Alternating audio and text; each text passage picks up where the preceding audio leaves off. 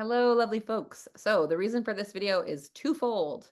The first, the very sort of practical, pragmatic reason is I would like to make a video demonstrating to you guys some of the timing techniques that I really cherish and I'm a bit obsessed by. These are the techniques that should you get a reading with me or should you work with me one-on-one, I will use in session. And then these are also the timing techniques that I often use in my teaching work. So if you encounter my teaching either through my Patreon student tier, through private tutoring, or through one-off workshops, this is a lot of the stuff that I tend to sort of bring focus to.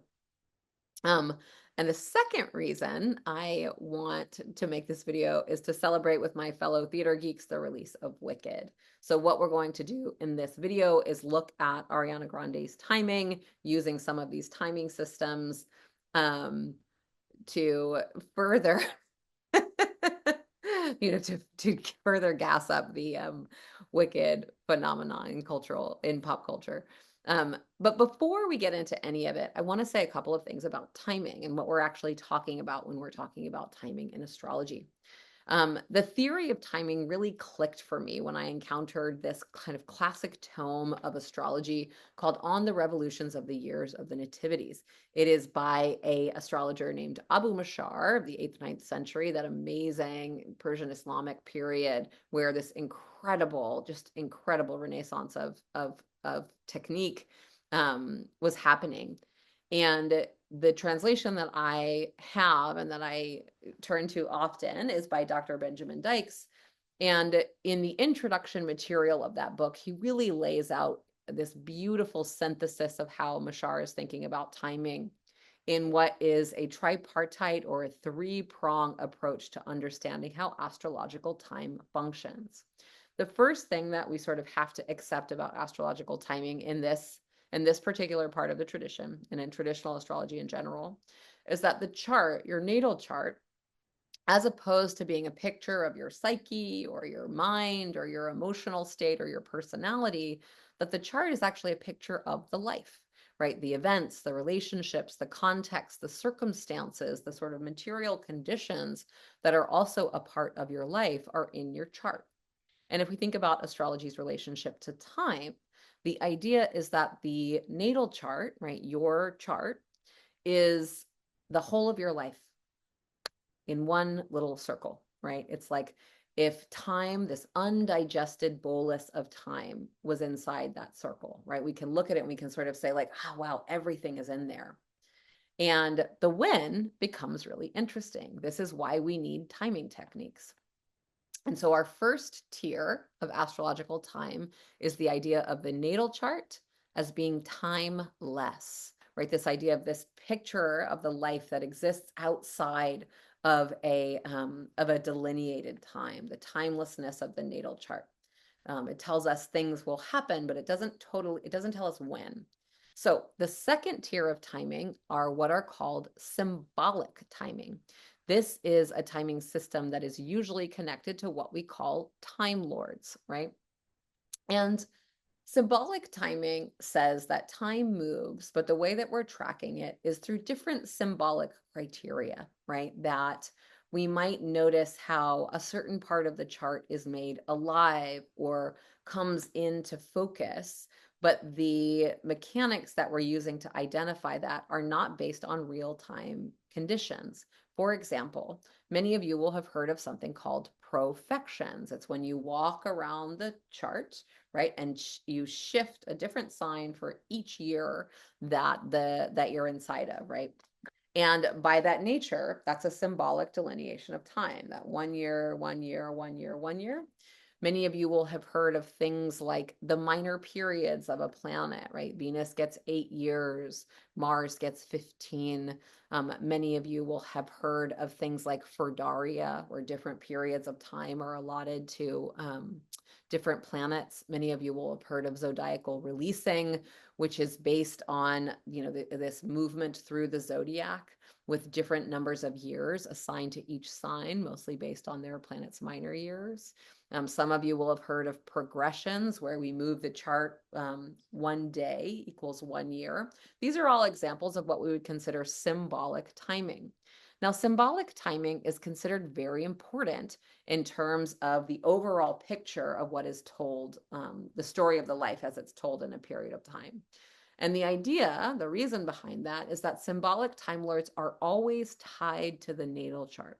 They go back to the root, right? And we always want to remember natal chart is the root. Whatever's in the root is going to be in the fruit being the life, the root being the natal chart, that seed of the life.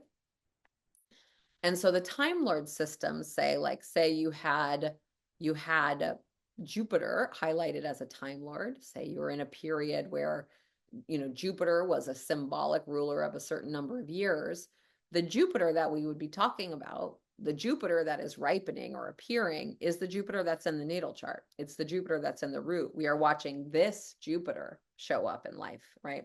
And so our symbolic Time Lords, they give us a sort of pointer and a way of saying this planet in the natal chart is highlighted through these years, or this sign of the natal chart is highlighted through these years, or this point in the natal chart is highlighted through these years. And that connection to that symbolic activation of the root chart tells the big, big, big picture of the life, right? That these are, in terms of prioritizing, the natal gets to tell us what may or may not happen. The symbolic Time Lords get to tell us of that, which part is happening. And then our third branch, which is called real time. So we have timeless, symbolic timing, and real time, is most expressly connected to the solar return or solar revolution in Abu Mashar's book, but we can also think about things like transits, right? The solar revolution is a chart, or solar return is a chart that's cast in real time. It gets to sort of tell us a story as it is expressing real astronomical phenomena. And then the same thing with transits, right? Whenever you pull up an astro app, or you read about a transit on social media or in some kind of astro site, you're hearing about a real-time condition. And so in the idea of timing, these big stories of the life, we need to see something in the natal chart being active, in being pointed to in the symbolic, and then activated in a real-time condition. So we're going to look at that today using Ariana Grande's chart. And we are going to look at it using a technique called circumambulations, distributions, or directions, depending on who you're asking. So this is Ariana Grande's chart, to the best of our knowledge. And I'd like to start by looking at this three-prong approach to timing. So the very first question that we have to ask is the timeless question, the question of the natal chart. And we know that she's a big, ginormous star, right? This sort of playing Glinda has added this whole level of star power to an already very powerful star. And what I want to first look at is, can we see that kind of big star story in her natal chart, in the timeless picture of timing? Now, there's lots of things that many of you will know for looking at, you know, how, if someone will be well known, or if they'll be famous, or if they'll work in the arts, or if they'll sort of be an important figure. But I want to talk a little bit about some of the traditional ones. For those of you who are interested in traditional astrology, going back to the roots, going back to like the tomes of Hellenistic astrology, you can find many, many techniques that are about, before anything, gauging the sort of relative bigness of a chart, right? One person's big is going to be very different from another person's big, right? We want to scale our sense of expectations around questions of like, how eminent, how successful, how well known will this person be? And it's one of the things that's not necessarily always forward facing in astrology, but it is a long, long, long practiced part of the tradition. So we're going to go through a few things. And the very first thing that I want to bring your attention to is this point here. This is what's called the lot of fortune. Now, the lot of fortune has always been important in astrology. It's only recently that it's kind of fallen out. I am in love with, obsessed with the lot of fortune. If you've studied with me at all, you have heard me ad nauseum reminding you of how important fortune is. Now, part of the reason I think fortune has fallen out of the tradition is that fortune speaks to the conditions that surround a life that are beyond our agency or control, right? What sort of what sort of relative context does the life exist inside of? And that might speak to things like health, right? We are all born with a body. We have some relative control over what that body does, but we also know that we're subject to the sort of inheritances of heredity, right? What illnesses are we prone to? What issues might we have in the body? The things that are in the genetic footprint that we can't control. We are all born into a specific culture with its own biases and rules and strengths, and practices. We're all born into a family, right? There's all sorts of ways that we can think of the context that evades the sort of anxious grasp of the American obsession with agency, um, the American obsession with free will. The Lot of Fortune really stands as an important counterpoint to that and says, no, actually, the context that surround the life actually have pretty big role to play, right? And we certainly know that, right? Folks who are born into extreme financial privilege often have a much easier time accessing resources. We all know nepotism is real, all that kind of stuff, right? And fortune is going to sometimes speak to the context of a life, right? It's more complicated than that, but we might think of it. And I like to think of it as a more contextual reality beyond a sort of antagonized binary of something like fate and free will, right? If we think about it as a material context, take some of the sort of dangerous spiritual toxicity out of an idea like fate. I want to shout out my friend Michael Morris. We have been having incredible conversations about this in recent weeks. They are an amazing astrologer, Michael Morris, astrologer, beautiful, beautiful human, and wonderful thinking partner in a lot of these ways of bringing traditional astrology back into modernity. Okay, so fortune, right? When we're looking at fortune, like I said, it's very, very important in traditional astrology. Vedius Valens in Anthology, which is a pretty important Hellenistic text, goes so far as to say the lot of fortune is equivalent to the ascendant. And when we get into Anthology, book 2, there's all these different ways that we can look at this question of relative eminence, relative fame, relative bigness of the life. And fortune is kind of one of the ground zero points. There's many other uses for fortune, but that is one of the things. So we can think of fortune as almost an alternative ascendant, right? For those of you who are familiar with derived houses, we can use fortune as an alternative ascendant and create a second chart, right? Which is using fortune as house 1, as ground 0, and then deriving all of our other planets in relationship to that. And so when we're looking at fortune, having fortune in the angular 10th house is considered really powerful, potent, and favorable, right? From this whole sign configuration, we can see that this fortune is in a very dynamic and powerful position. And then it's also considered favorable to have fortune with the lights. You can see that her natal lot of fortune has the moon conjunct it, and the sun is in what's called the 10th from fortune. So if we were looking at this as a derived chart with this as house 1, we would go 1, 2, 3, 4, 5, 6, 7, 8, 9, 10, and we would arrive at the sun. Having the lights and that dynamic angularity to fortune is very, very, very, very auspicious and good for the topics of a very big, right? Sort of someone who is a known, illustrious, these questions of fortune, the relative eminence of a chart. Now, something that also makes these lights powerful is there are other lots that are important, and the lot of exaltation is one of them. And we can see that that sun, which is 10th from fortune, is the ruler of the lot of exaltation. So we have two luminaries conjunct, or two luminaries in the first and the 10th from fortune. That's really, really fantastic. And then the other thing that we want to add in here is that Jupiter is in the mix. For those of you who are learning traditional astrology, you will know that Jupiter is what is considered a benefic, and having a benefic in in conjunction with a luminary is fabulous. Having a benefic in the 10th house is fabulous. And having a benefic with fortune is also fabulous.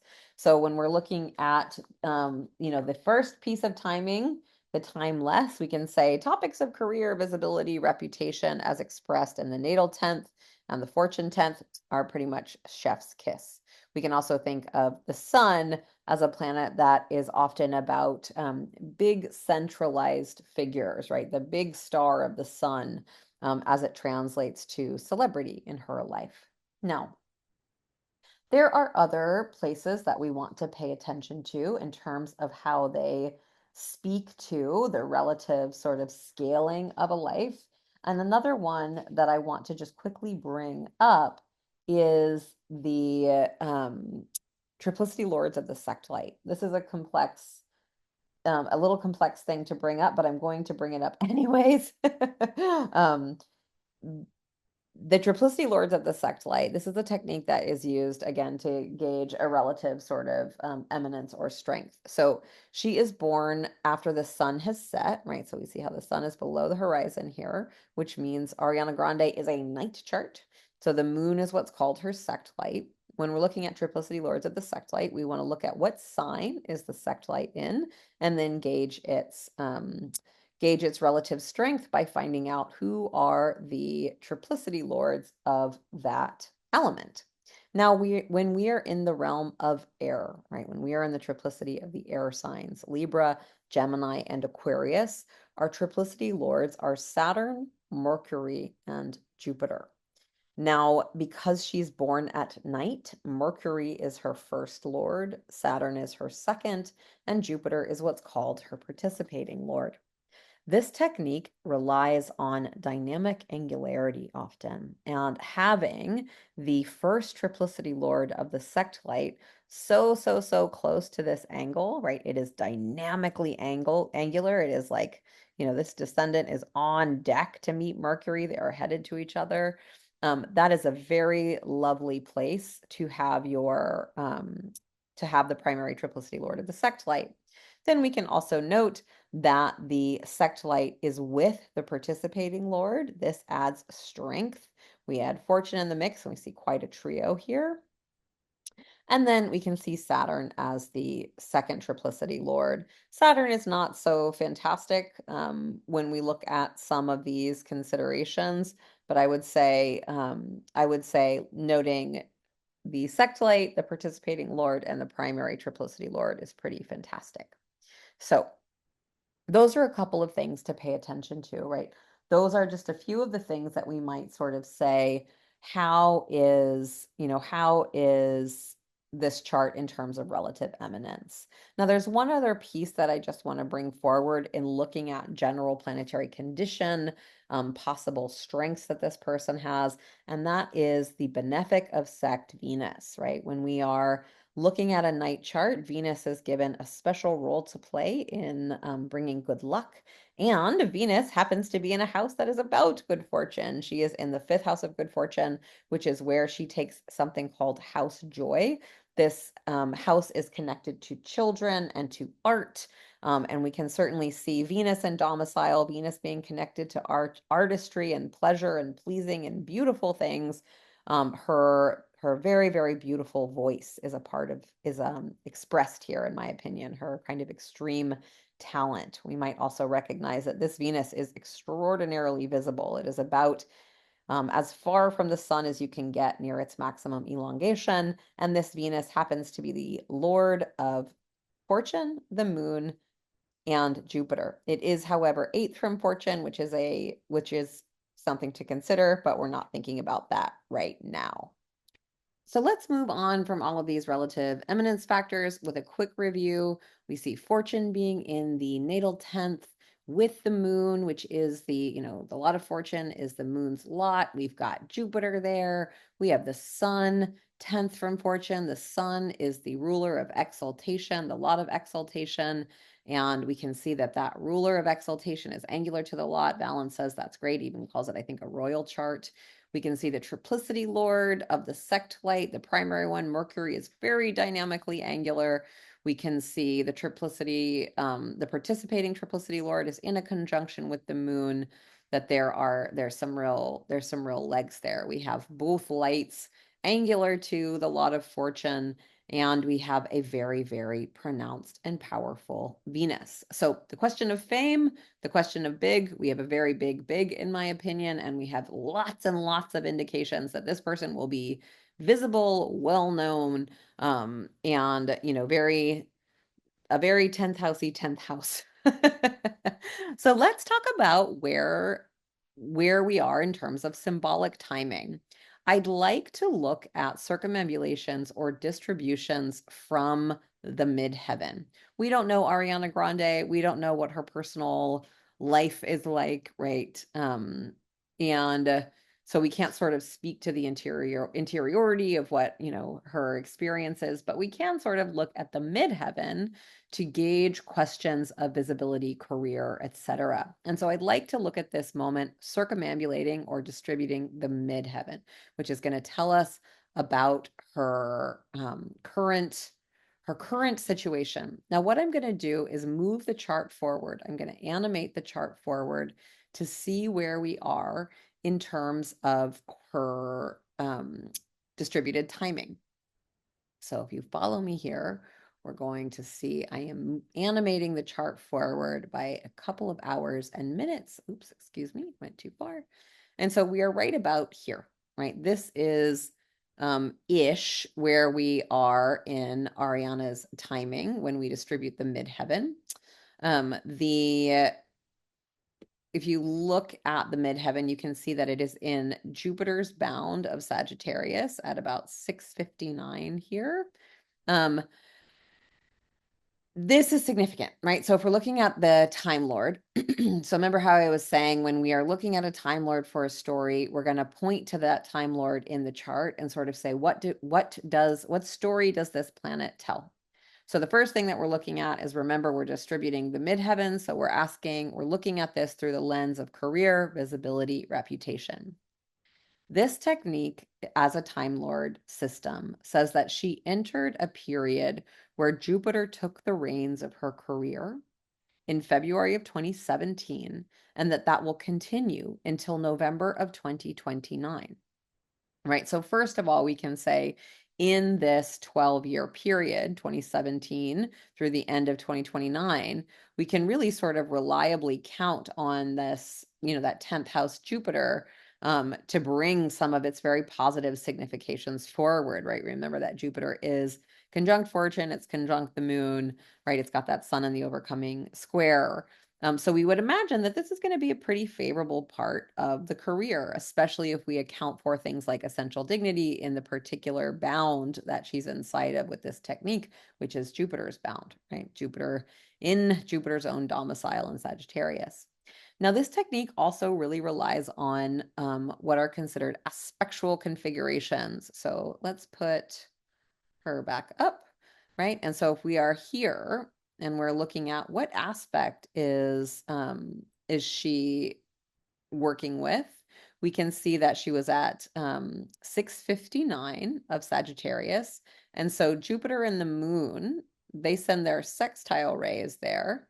And so that means that she's working with a period where Jupiter and the moon are the time lords. So when we're looking at that second tier of symbolic timing, Jupiter has been the primary Time Lord since 2017, and then starting in May of 2024, the moon came in, and we can see that from May of 2024 all the way until 2029, Ariana has this combination of planets overseeing the story of her career. We can expect that to be very, very favorable, right? So that's one piece, right? We can look to that and say, hey, this looks really good, right? We should really be cashing in on this Jupiter moon in this period of time, right? Not only by the fact that when we're pointing to it in the natal chart, the way that these are configured is quite favorable in the sense that it's a sextile, etc. So that is one thing. The next thing that we want to add in is what are called profections.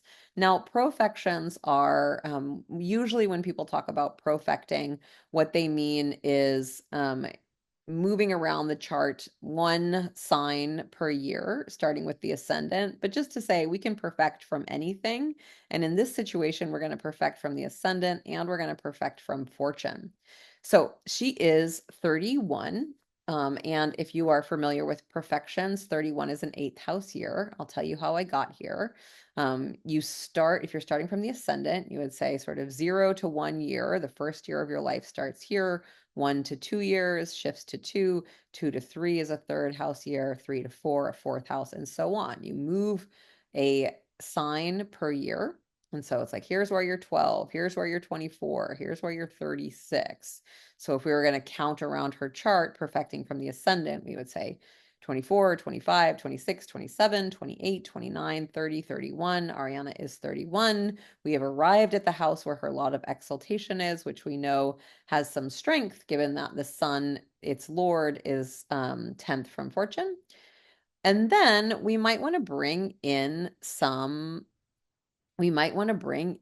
the third part of our timing, which is real time, right? So what we're looking at here is the solar revolution, the solar return. This represents that third branch that speaks to things that are actually happening in the chart or in the sky, right? And we add all of this together to create a more dynamic picture of what's happening for a person. So if we're looking at that perfection, we can say she is in an eighth house year. This is where the lot of exaltation is. And we get a return on the eighth house when we note that the solar revolution ascendant is also in the eighth house. That adds some emphasis here. And while it is off by orb, the ascendant bringing some energy to that lot of exaltation. Now, if we were looking at the Lord of the perfected sign, in this case, it is Leo's ruler, the sun, we can see that the real-time condition of her sun is even more favorable than the natal condition. The solar revolutionary sun benefits from Venus in a relatively close conjunction here. So that's one thing. We can see that Venus adds sparkle, beauty, all of her lovely Venusian magic to the perfected Time Lord. Now, if we were going to perfect from fortune, which I think is a good idea in a chart that is so, fortune is really doing a lot in this chart, we could do the same thing. We recognize that we are in a eighth place perfection. And so the eighth place from fortune is Taurus. And we can see that this is where her natal Venus is. So two of the things that we've noticed as speaking to potential strength in the natal chart are active here. And we can also see an angular agreement in that we have the revolutionary midheaven on the natal IC. This is interesting. We have a Mars conjunction or Mars dynamically angular to the midheaven. Will be interesting to see how the rest of the year plays out. But given the general picture of the year, this looks quite favorable in an overwhelmingly favorable period. If we want to keep working with our lots, we might notice that the lot of exaltation is on Venus. Now, if Ariana was our friend or our client, we would look at her chart relative to distributing the ascendant as our time lord, right? If you end up working with me or if you work in the student groups, we often work from the ascendant where we're asking some of the more personal questions. In that case, she is in Saturn's bound of Aquarius in the upcoming years, right? In 2027, she has a really major shift where she'll enter the Pisces bound and encounter the body of Saturn. We haven't talked about this, but this Saturn-Mars opposition is pretty intense in the chart. And so we can imagine that this very external public story also has a very intense internal story, right? There's a lot that's happening. There's a lot of, well, just like in all of our lives, more than one thing is true here. But because she's a celebrity, because we cannot know, we're asking these questions more from the midheaven, which is about public visibility. Now, so I wanted to just do this and give you a sense of how to work with this three-tiered system of timing, right? Where we are looking at the natal chart, right? We can sort of say like, yep, this person's going to probably probably be kind of famous. Then we can use our time lords, right? Remembering Jupiter was the primary time lord of the midheaven starting in 2017. and going until 2029. The Jupiter moon sextiles, the Jupiter sextile began in March of 2023 and then handed to the moon in May of 2024. So that period, that little window of March of 2023 through 2029 has some real lovely blessings for the career, right? We are really seeing this come forward. And of course, I couldn't help but think about all this Venusian, all this Venusian Libran energy and the sort of very pretty pink princess of Galinda, right? The beautiful relational context, even all this great Libran energy, which is so relational, and the sun being 10th from fortune and also in the natal 7th, this partnership theme in her and the absolutely inimitable, incredible Cynthia Erivo doing this work together. So again, this is just a quick bite looking at how to work with timing, right? We didn't even get into transits or anything like that. We know she's in the Saturn return, which is important for her because Saturn is the ascendant ruler. But I wanted to give you a sense of how Time Lords can actually really flesh out some pretty magical timing, right? We know that if we were looking for when are we going to see some really big wins in the career, we'd want to look at when Jupiter was a Time Lord, and that is happening while she's inside the Wicked project. So if these timing techniques were interesting, this is the kind of material that I share in my client sessions. I love using these Time Lord systems. In that context, it's the stuff that I primarily teach with. I do that through the student tier of my Patreon, which is called Friends of Dorotheus, and then in one-on-one mentoring, and then one-off workshops and teachings, etc. I hope this was interesting. Sending lots of love to you and to yours. Bye.